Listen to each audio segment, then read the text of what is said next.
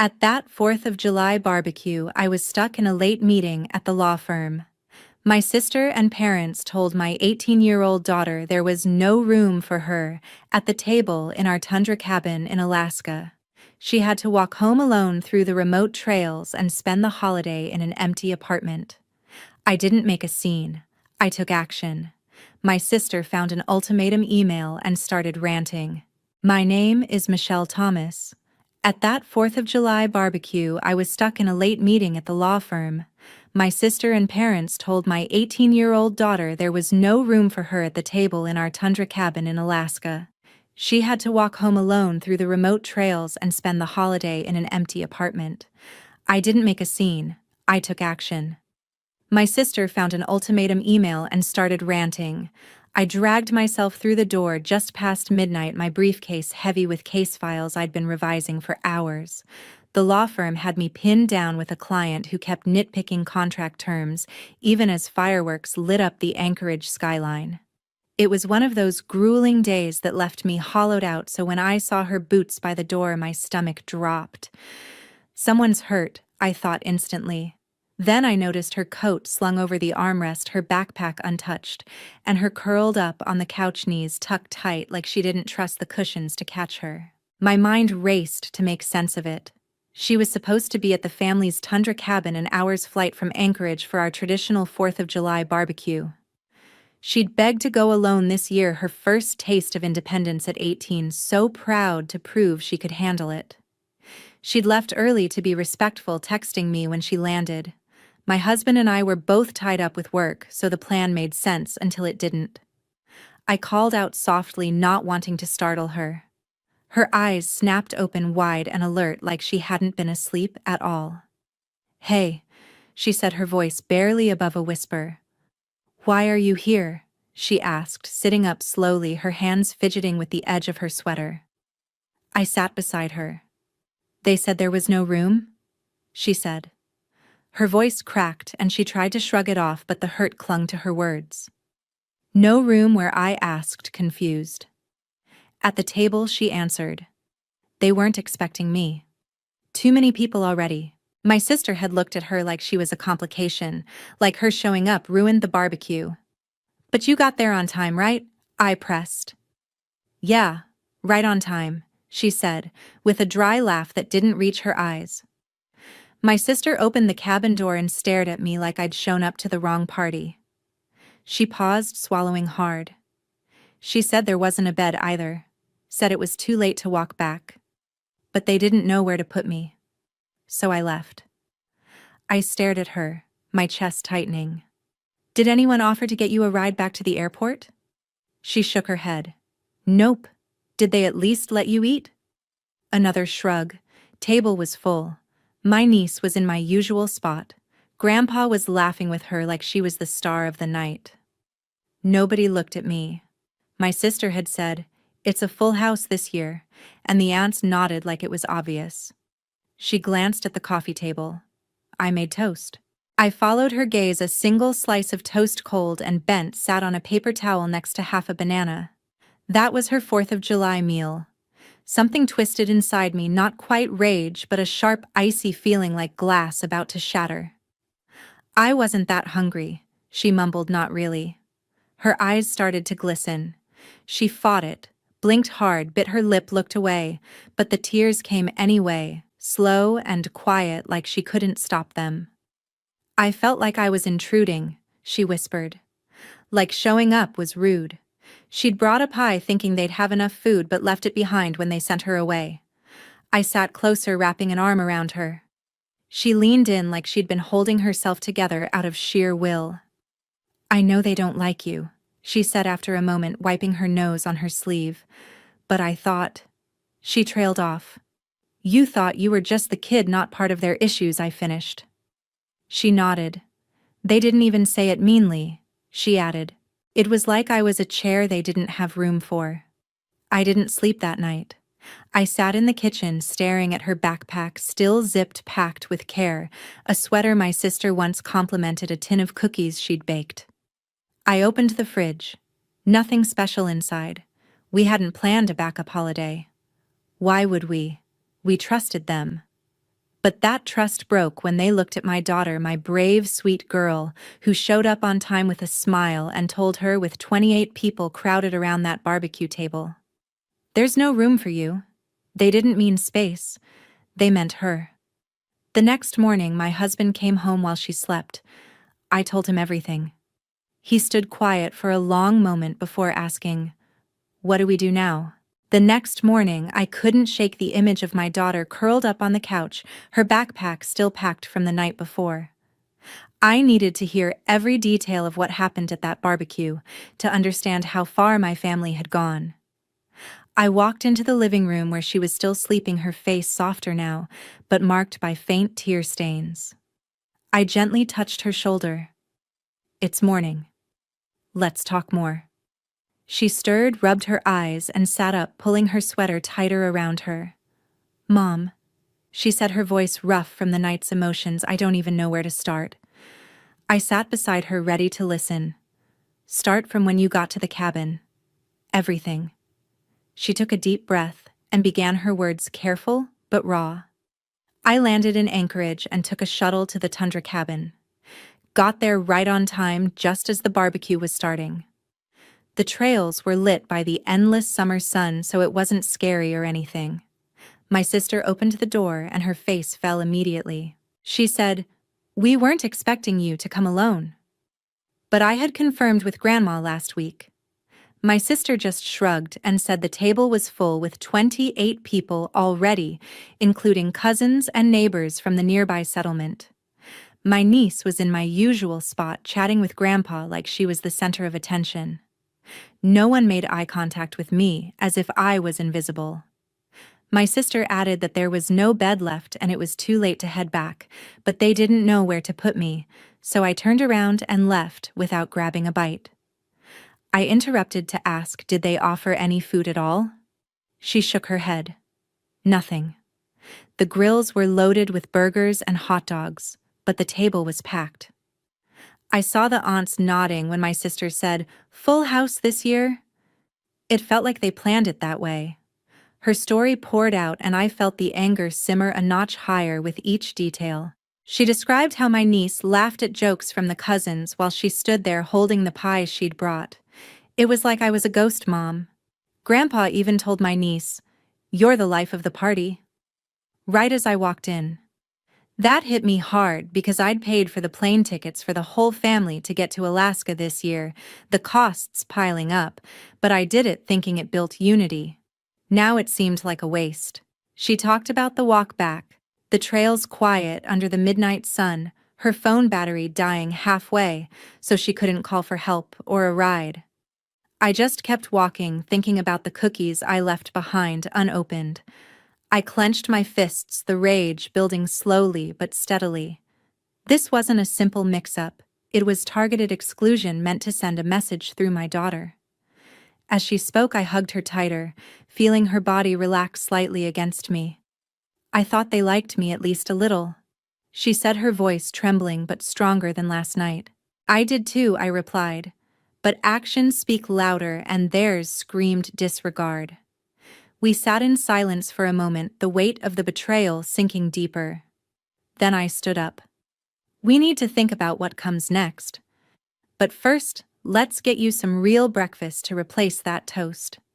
As I scrambled eggs and brewed coffee, my mind flashed back to the sacrifices that led here. It started when I was young, waiting tables through law school, taking shifts no one wanted, coming home with aching feet and exhaustion etched into me. My family never visited during my long hours or celebrated when I landed my first job at the firm. Instead, the calls came for help, the electric bill, a co-signed lease, or a relative's medical check that turned out fine. I never refused until recently. A few months ago, my sister called about my niece's acceptance into a summer exploration camp in Alaska. "She's got your smarts," she said, as if it was a compliment. "This could change her life." I asked the cost. "20,000, she replied, "but it's worth it." That's where I drew the line. My daughter never attended such camps, not because she couldn't, but because she never asked, being practical and thoughtful. She wouldn't dream of demanding that money even though she deserved it. I told my sister no politely but firmly, explaining I was already covering the cabin mortgage, utilities, and emergencies. Perhaps she could seek financial aid or a payment plan? Her tone shifted quickly. Wow, must be nice to have it all and still be stingy. She's your niece. You're just jealous because my niece is going places. That stung, especially when I overheard my mom echoing similar words a week later, implying I held the family back by succeeding and making others look bad simply by existing. I didn't argue or justify. I just said no and meant it. That was 3 weeks before the 4th of July. My daughter had been excited to go, said she felt grown up handling the trip herself. She packed her bag with small gifts for the younger cousins and texted me upon arrival. Everything seemed fine until it wasn't. Hours later, I walked in to find fine canceled. My daughter looked up from the couch with a wobbly smile, begging me to pretend it wasn't a disaster. She told me in a small voice that my sister had murmured, "No space at the table or anywhere else," despite counting 28 chairs in use, a math problem with one variable, her. I listened, letting her words echo like a dropped bag. Then I wrapped my arms around her and let the silence speak. She fell asleep, still in the sweater meant to impress them. When the apartment quieted, I sat in the kitchen staring where her holiday meal should have been. I replayed every mortgage payment, every utility bill, every just this once that became permanent. They hadn't run out of room, they'd run out of gratitude. And they'd used my daughter to deliver the message. That flipped the switch. No more explanations, no more polite talks. I didn't decide if I'd act, only how soon. We didn't speak much on the drive to the firm later, my husband beside me, his hand on my knee, grounding, not comforting, just present. That was enough. The morning after the 4th always has that hazy quiet, like the world's hungover on smoke and sparklers. I hoped the cabin was empty, but it wasn't, judging by the emails pinging in. I held the draft tight. I hadn't slept between the meeting, the scene with my daughter, the cold toast still on the counter uncleaned. It hummed in my brain like a fault line. While making breakfast, my mind drifted to my childhood, when being smart meant being the outsider in my own family. It set the tone for all the sacrifices I'd make later. I can't recall the exact moment someone first called me strange, probably before I even understood the word. At 6, I found a broken toy car and asked to take it apart, not to be odd, but to figure out how it worked. My mom slammed her hand on the kitchen counter and snapped, "What's wrong with you, Michelle?" My sister laughed and told everyone I was trying to build a robot to scare them. I got sent to my room for upsetting her. That pretty much shaped everything. I loved puzzle books, begged for a toolkit one birthday, and talked about how engines worked during dinner. At school, I was the kid raising her hand with answers. In my family, that earned me the know-it-all label. Nobody else chased college, most barely finished high school on their first try. I studied during commercial breaks while they watched sitcoms.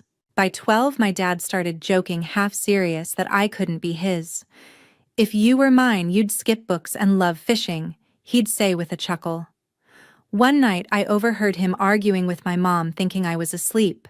He asked if she'd ever stepped out on him, said I didn't look or act like anyone in the family.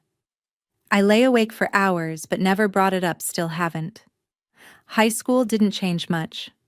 My sister leaned hard into her role as the family's favorite. She was loud, charming, and average in school, but a master at spinning every stumble into a story people loved. She'd cry on cue and tell anyone who'd listen she was looking out for her awkward little sister who didn't get jokes. She'd call me Miss Fix-It in front of her friends, laughing like it was clever. When I passed the bar exam years later, she switched to Miss Moneybags, progress, I suppose. When I earned a full-ride scholarship to college, my parents barely blinked. No celebration, no hugs. My mom just asked who I thought I'd marry, since guys apparently don't like women who outshine them. I said, maybe I'd marry my career. She didn't laugh. They never gave me a dime. I waited tables through law school, picked up every late shift nobody wanted, came home with sore feet and exhaustion carved into me. To them, I was living some dream they didn't care to understand. They never visited, not once during my clerkships or when I landed my first stable job at the firm. My husband and I met during a late-night case prep, romantic if you count shared coffee and deadlines, and we scraped together a life beyond instant noodles. That's when their calls started rolling in. Could I help with the electric bill, co-sign a lease, get a lawyer friend to check on a relative's legal issue? I said yes every time, especially when my parents hit retirement age too early with nothing saved. They'd always rented, always had bad credit or bad luck, whatever excuse fit the year. So I bought a tundra cabin in Alaska for my sister after her divorce, handed her the keys and told her I'd cover the mortgage. It's in my name, but she lives there like it's hers. Utilities, medical bills, emergencies. I paid those too, more often than not. It wasn't just the cabin.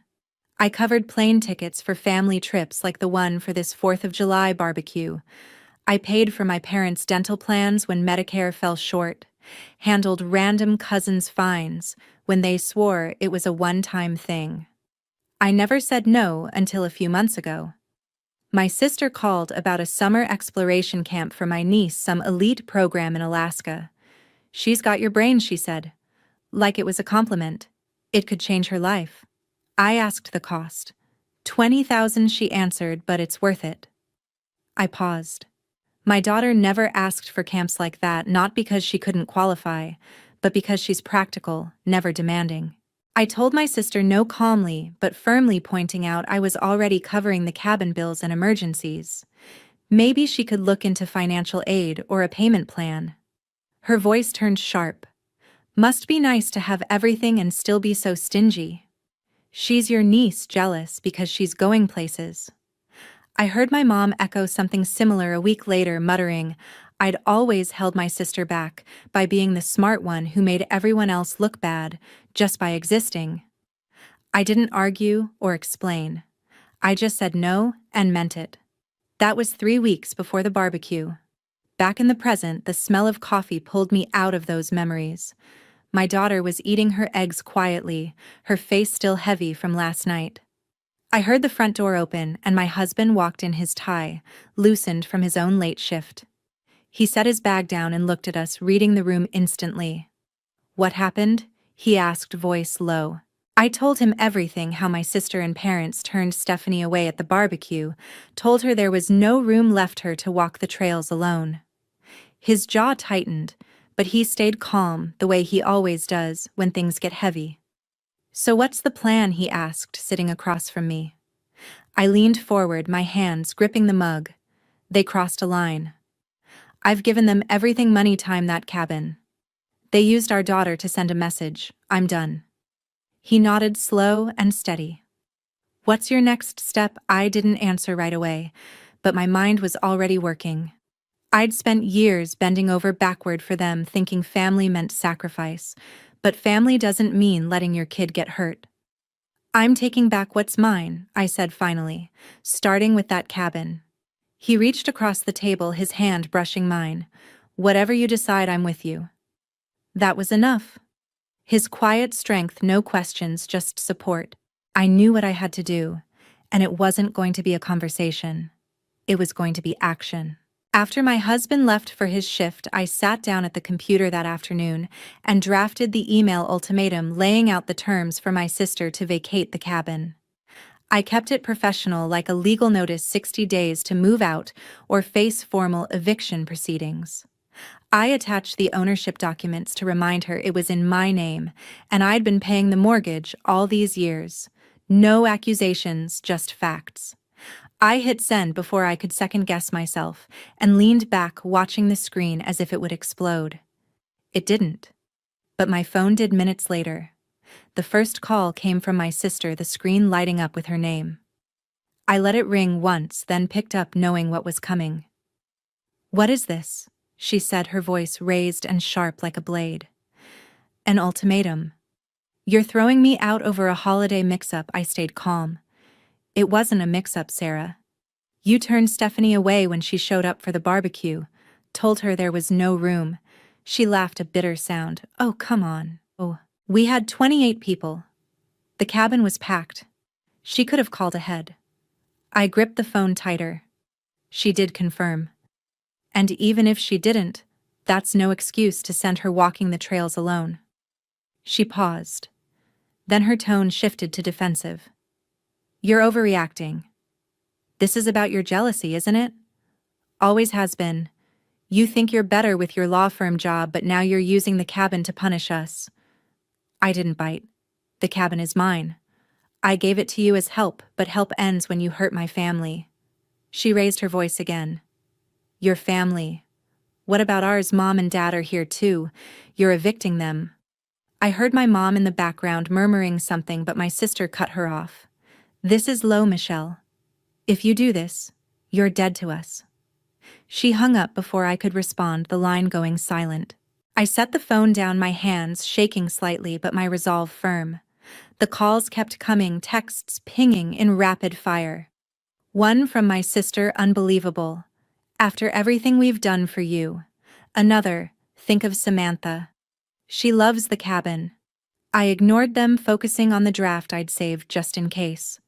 An hour later, the phone rang again, this time my mom. I answered, bracing myself. Michelle? How could you? She said, her voice trembling with anger. That email, it's cruel. We raised you better than this. I took a breath. Raised me. You mean the years I paid for your bills, the cabin, the medical costs? I did that because I thought it was family. But turning Stephanie away wasn't family. She interrupted. It was a full house. No chairs left. Don't make us monsters over one night. I felt the twist in my chest return. It wasn't one night. It's years of taking and no thanks. And now my daughter pays for it. She sighed, dramatic as always. You're tearing us apart. If you go through with this, there's no coming back. Your dad is furious. I heard my dad in the background, his voice muffled but loud. Tell her she's no daughter of mine if she does this. My mom continued. We can fix this. Just retract the email and help with Samantha's camp like your sister asked. Then we forgive you. Forgive me. The word hung there like a slap. There's nothing to forgive on my side, I said quietly.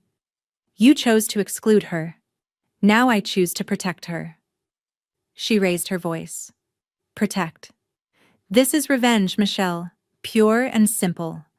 Think about your reputation. Your firm won't like this family mess. I almost laughed. My clients care about cases, not where my sister lives. Goodbye, Mom, I said, and hung up the phone, buzzing in my hand. The afternoon dragged on with more messages. My sister sent a chain of texts accusing me of being stingy, unappreciative of their support growing up. You were always the weird one. One read, now, you're the cold one too. I didn't reply, but the words stung, echoing the labels from childhood. My mom called back twice, leaving voicemails, the first pleading, the second angry. If you evict us, you're cutting ties forever, she said in the last one, her voice cracking. I listened, then deleted them. My husband texted from work. How's it going? I replied. They're reacting as expected. Angry, no remorse. He sent back, stay strong, we'll talk tonight. That grounded me. By evening, the phone quieted, but the weight didn't lift. I knew this was just the beginning. My sister would rally the family, spread her version of the story. But I had the facts, the cabin deed, the payment records. I wasn't backing down. Not when they'd looked at my daughter and said no room. The email was sent and the line was drawn. As the sun set over Anchorage, I sat on the couch where Stephanie had slept last night. She was out with friends now, trying to shake off the hurt, but I could see it lingered in her eyes. I opened my laptop again, reviewing the email to make sure it was airtight. Dear Sarah, it started as the owner of the property. I'm giving you 60 days notice to vacate. I listed the reasons without emotion: the mortgage in my name, the lack of agreement, the recent events that showed the arrangement no longer worked. I attached bank statements showing years of payments. It was legal, clean, no room for argument. But arguments came anyway. The phone rang once more, my sister again. I answered. You can't do this, she said, breathless. Mom's crying, Dad's pacing. The cabin is our home. I stayed steady. It was a gift. But gifts come with trust. You broke that when you sent Stephanie away. She scoffed. It was one barbecue. Get over it. That was it. No sorry, no acknowledgement of the pain. 60 days, Sarah, I said, and ended the call. The silence after was heavy but freeing.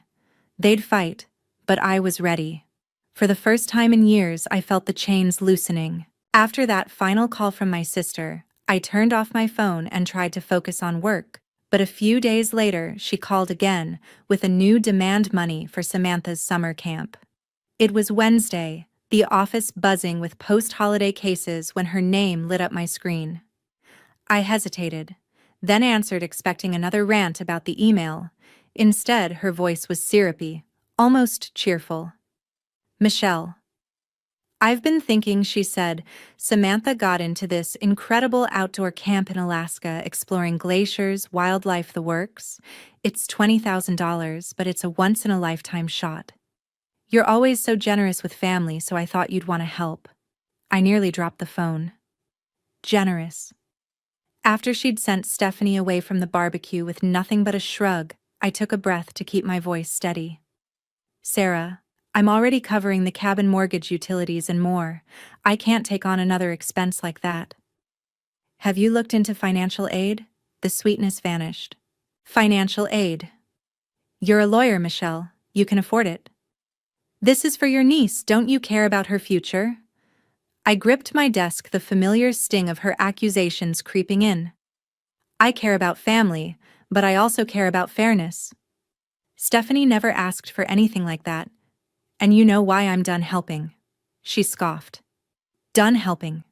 You mean done being family? You're just jealous Samantha's got potential you can't stand. I didn't argue. No, Sarah. Find another way. I hung up my hands, shaking but my mind clear. She didn't mention Stephanie or the barbecue, not a hint of regret.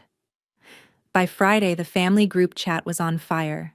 My sister had rallied the cousins, aunts, whoever would listen.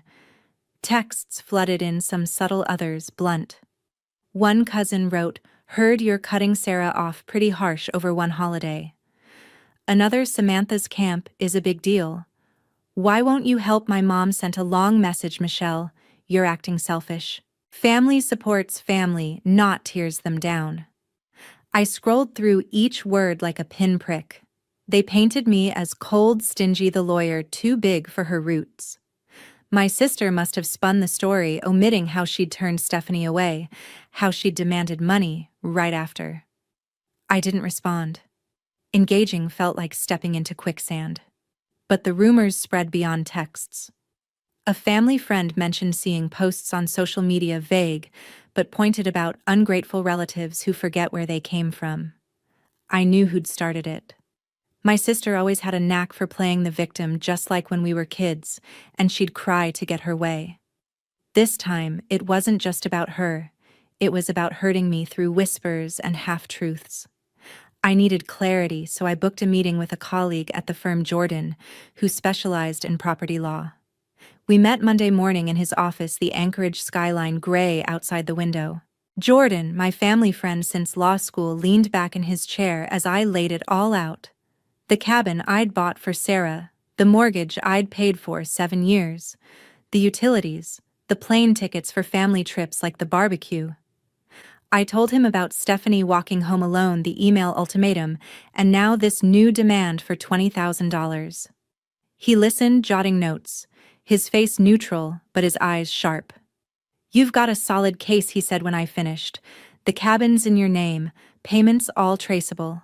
You sent a clear notice, 60 days is standard. If she doesn't vacate, we can file for eviction. It's straightforward."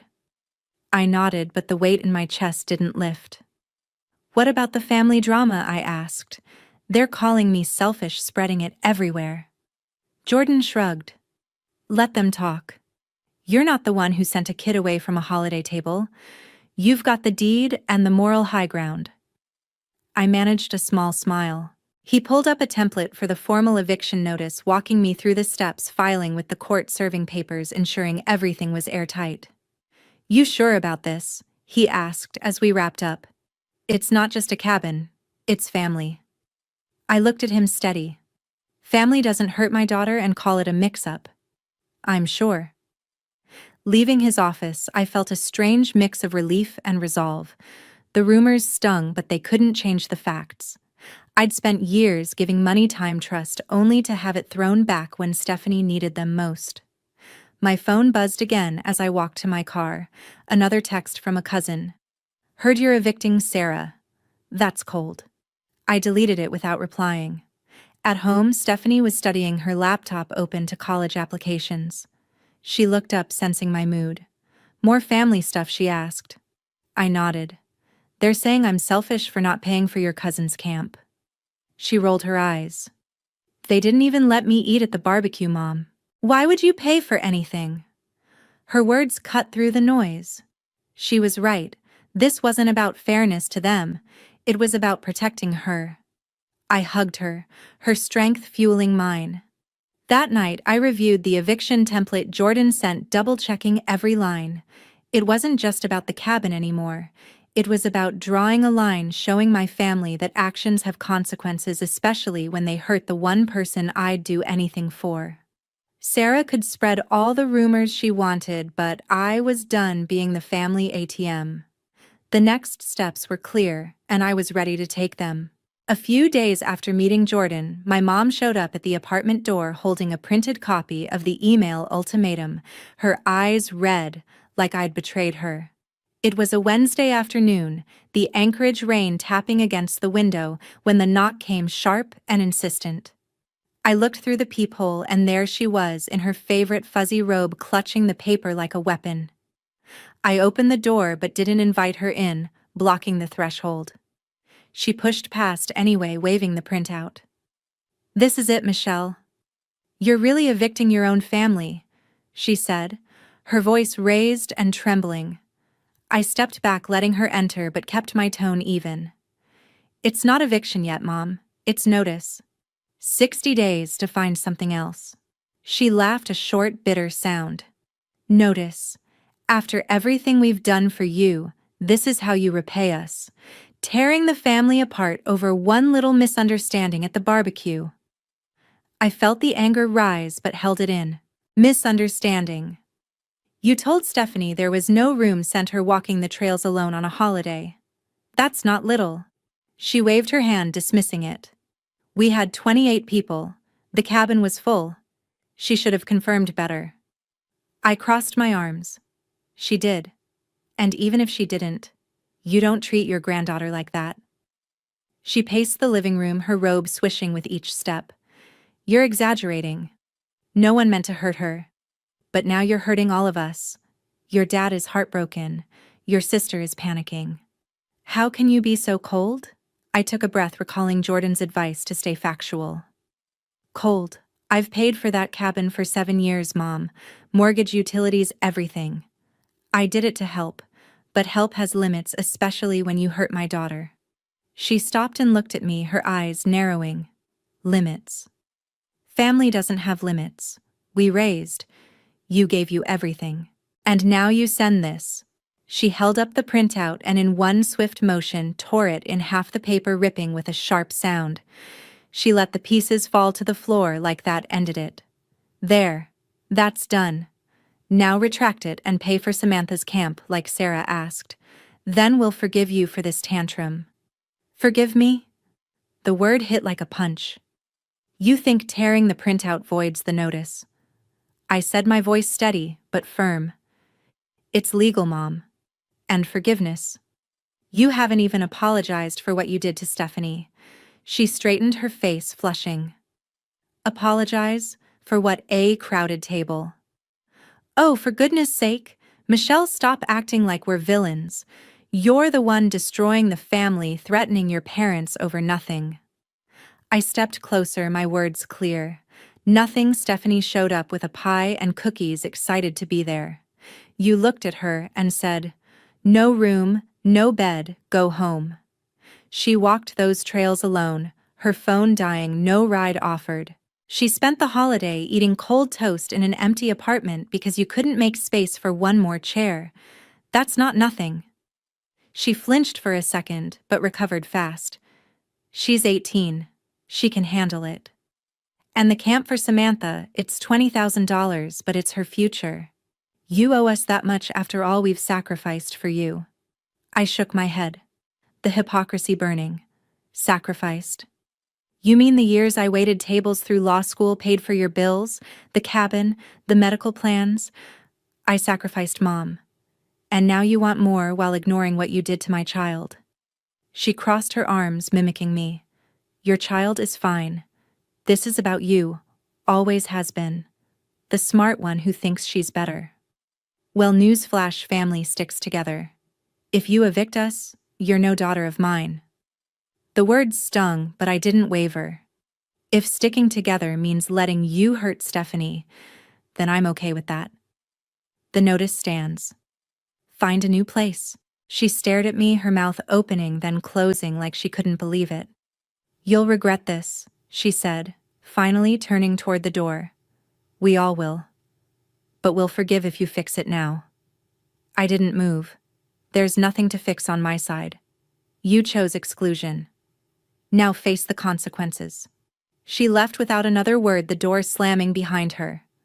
I stood there, the torn paper on the floor mocking me, but my resolve held. They didn't ask about Stephanie, didn't express regret, just demanded forgiveness and money. It confirmed everything. I wasn't overreacting. My husband came home that evening and I told him about the visit. He listened, his face tight. They still don't get it, he said, hugging me. But you did the right thing. Stephanie overheard from her room and joined us. Grandma came here, she asked, her eyes wide. I nodded. She tore the email printout, thought that ended it. Stephanie laughed, a small, sad sound. Like that changes anything. They didn't even say sorry, did they? I shook my head. No, just more demands. She hugged me too. Thanks for standing up, Mom. It means a lot. That fueled me. Jordan called later to check in. How's the family reacting? I told him about the visit, the tear. The forgiveness line. Classic denial, he said. But legally, it's solid. We'll file if needed. I thanked him and hung up, knowing the battle wasn't over. My sister texted that night, Mom's devastated. Fix this or you're out of the family. I deleted it. They could threaten all they wanted, but I was done bending. The line was drawn, and I wouldn't cross it back. After my mom left the apartment that day, I contacted Jordan to push forward with the legal process for selling the cabin, and within a week, a buyer had made an offer. The notice was already in place, 60 days ticking down, but I wasn't waiting for them to comply. I listed the property priced fairly for the Alaska market, not inflated to squeeze every dollar, just enough to close the chapter. The buyer, a young family from Anchorage, loved the tundra location for weekend getaways, and they wanted it vacant. Vacant possession required, the agent reminded me over the phone. I understood and confirmed we'd handle it through the courts if needed. Jordan filed the formal eviction that same week, serving the papers via certified mail to the cabin address. My sister received them and the calls started anew, but this time I didn't pick up. Texts came in waves from her. You can't sell our home. This is theft. From my mom.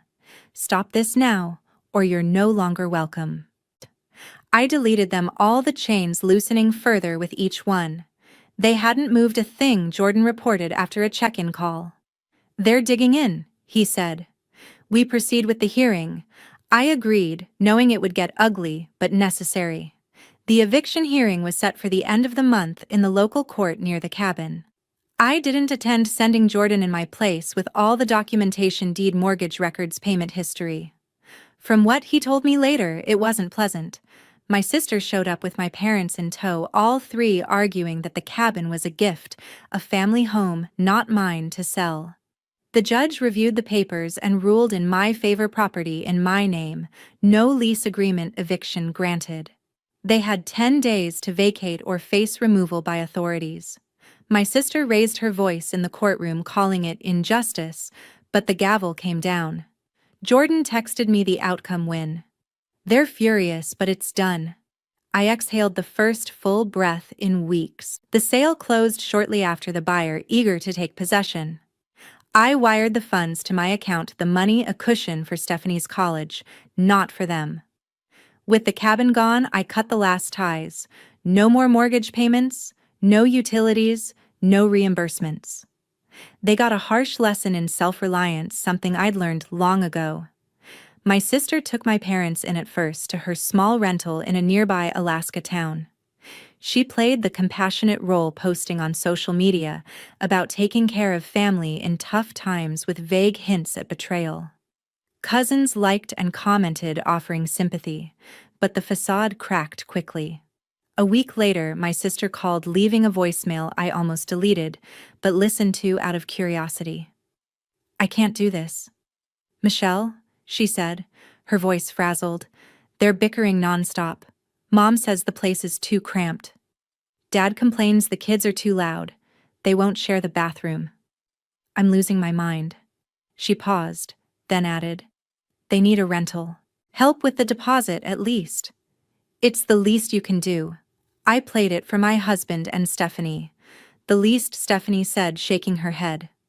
After what they did, I didn't reply to the voicemail. My sister texted next. "You saw them turn Stephanie away and did nothing.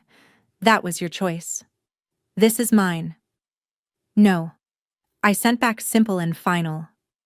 She hesitated in her replies, then stopped. A week later, she kicked them out too, sending them to a cheap rental nobody would envy: 2 rooms, 1 heater, a slanted front step in a rundown area. Their pensions covered basics, but the vacations, dinner parties, anniversary trips to warmer states, all gone. They reached out to extended family seeking sympathy, claiming I'd abandoned them without warning, unstable and heartless as always. But I'd already talked to the uncles and cousins, quietly sending scanned bills, the eviction order time-stamped. One uncle replied, "Didn't know the full story." Wow. Another sent a thumbs up, no words needed. No one stepped in to rescue them, and I didn't either. The calls and texts slowed but didn't stop completely. My sister tried one last time a month after the sale. "The rental's falling apart. Help us find something better." I blocked the number. The freedom was tangible, like a weight lifted. Stephanie noticed it too. "You seem lighter, Mom," she said over dinner one night. I nodded. "I am. No more carrying them." My husband squeezed my hand. "Good. Now focus on us." And I did. The money from the sale went into her college fund, giving her options she'd never demand but deserved. The family faded into silence, their choices catching up to them. 2 years later, I sat on the porch with Stephanie, sipping iced tea under the Anchorage sun. No plans, just a peaceful afternoon. Life had settled into a rhythm I hadn't known was possible, without the constant pull of family demands. Stephanie was thriving in college, studying environmental science, inspired by those Alaska trails she'd walked alone that night. The money from the cabin sale had covered her tuition and more, giving her the freedom to focus without worry. She looked at me across the table, her eyes bright. "You know I don't miss them," she said casually. Neither did I. The silence from that side was golden, broken only by occasional texts or calls I ignored. My phone buzzed, an unknown number, but I knew the pattern. I opened it without thinking. "Hope, you're proud of what you've done." I deleted it instantly, no hesitation, no reaction. Stephanie noticed. "Them again?" she asked offhandedly. "Probably," I replied.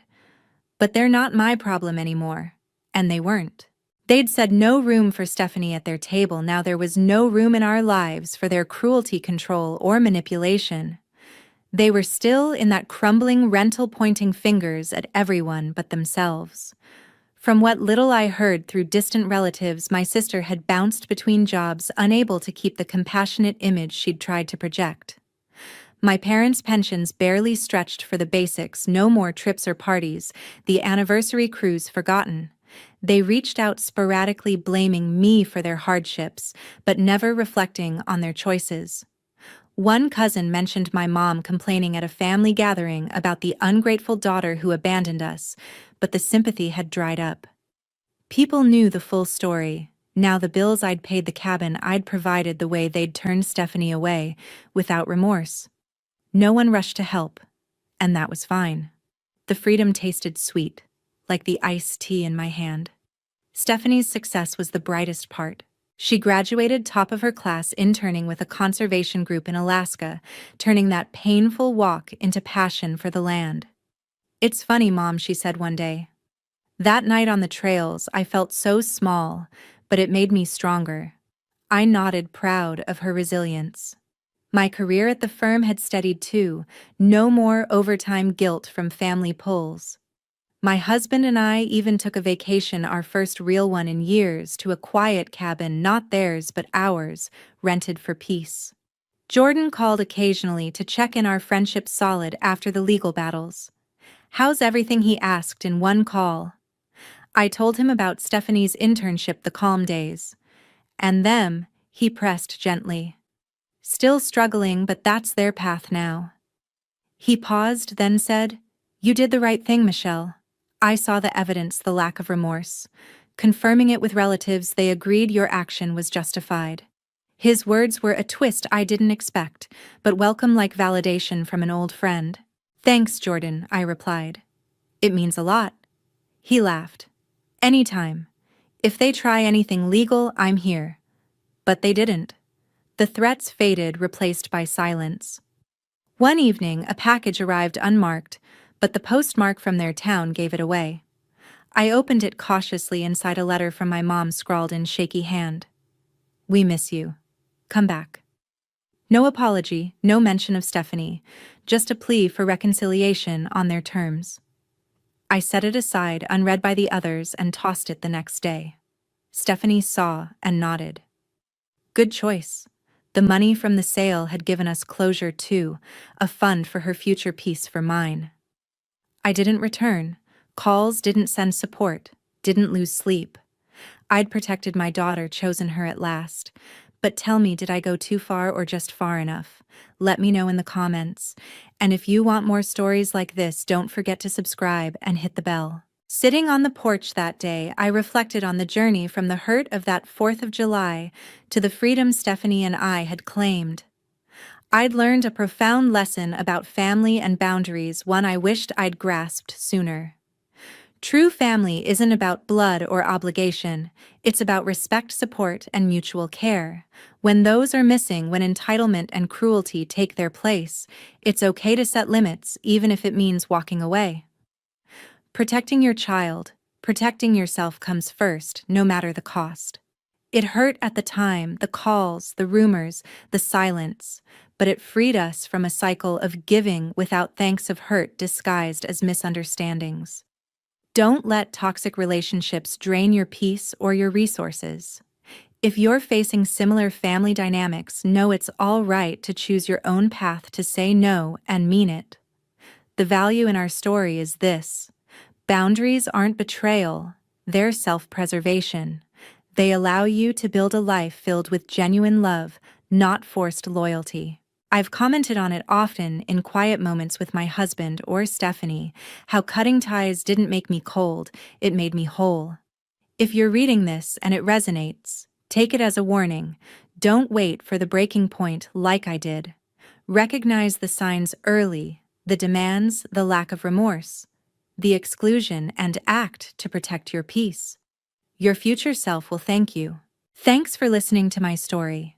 Subscribe for more real family stories like this. Like and comment what you'd do in my situation.